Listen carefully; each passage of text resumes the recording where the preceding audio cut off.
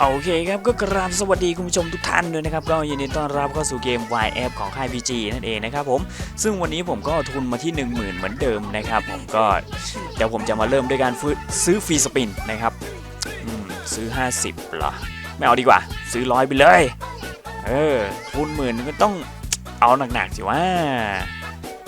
มาครับ4ตัวครับผมมาดูกันดีกว่านะครับว่าจะมาดีหรือไม่มานะครับ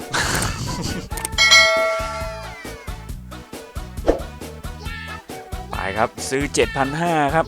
ดูสิมันจะได้สักเท่าไหร่นะมันจะได้หรือมันเสียนะเกมนี้มันก็ตึงๆหน่อยนะแต่ถ้าเผื่อมันมาคือมันมาดีมากเลยนะครับผมเกมนี้ไหลแบบโอ้โหผมแบบมา3สปินสุดท้ายอย่าบอกว่ามึงจะให้แค่นี้เฮ้ยอย่าว่าสุดท้ายโอ้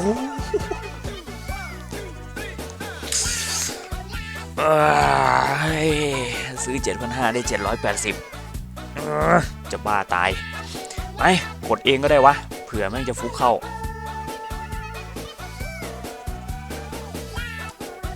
มาดูไปออโต้ไปเลยแล้วกันมันต้องมาดิเอาหน่อยเอาเฮ้ย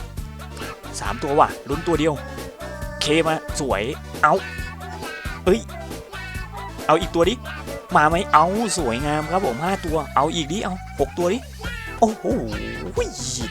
ไม่เป็นไรครับได้มา65 บาทไม่เป็นไรเราไม่ซีเรียสเรามาซีเรียสกับฟรีสปินนี้ดีกว่ามามันจะให้หรือเปล่าเมื่อกี้คือแบบแม่งดูดซับเราไปแล้วอะแม่งดูดไป 7,500 เลยอะรอบนี้มันต้องเอาคืนหน่อยดิวะแต่ว่านะทำไมมันนิ่งๆเงียบๆปล่อยฟรีไปกี่สปินแล้วไม่รู้เนี่ยโอ้โหโอ้ยมาดิโอ้โหสุดท้ายแล้วเอาดิเอาหน่อยดิ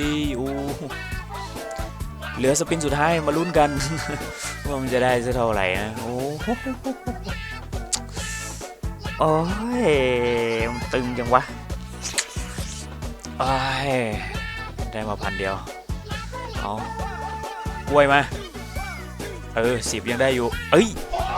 สวยงามครับ14,000มันต้องอย่างนี้ดิวะเอาคืนบ้างแม่งตาแรกก็ล่อไป 7,500 เลยเอาคืนเท่านึงครับผมสวยงามไปกันครับ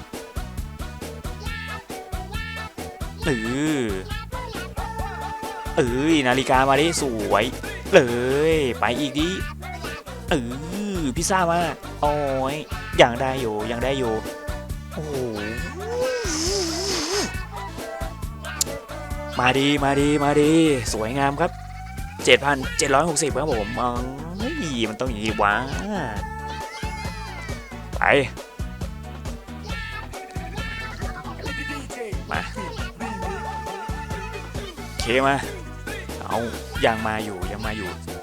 สวยงามไปอีกเต็มกราฟไปอีกโอ้ยรีบหยุดไปไหนวะ8,290 ครับตอนนี้ก็ยอดรวมที่ 30,000 แล้วนะมา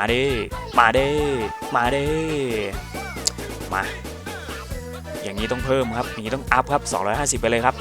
ไปดิเอามาเผื่อมันจะมานะ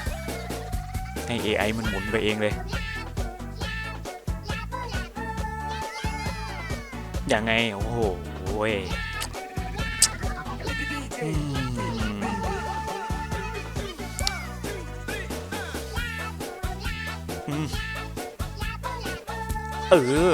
มาอีกสวยงามใส่เต็มกราฟ 28,000 สวยงามเลยไปไหลไปอย่าหยุดอย่าเพิ่งหยุดโอเคผมน่าจะพอแค่นี้แหละนะไม่ไหว มันตึงเกินอะเกมนี้โอ้จบที่32,000 ครับผมคอมโบนี้มาดีจัดเลยก็จบที่ 60,000 นะครับผมจากทุน 10,000 ครับก็ตึงอยู่นะแต่มาดีมากต้องยอมเสี่ยงหน่อยเอาแค่นี้แหละไปโอเคครับก็ก่อนจะจากกันไปนะผมก็ฝากกดไลค์กด Subscribe ช่องผมเพื่อเป็นกำลังใจให้ผมทำคลิปต่อไปด้วยแล้วกันนะครับผมไว้เจอกันใหม่คลิปหน้าสวัสดีจ้า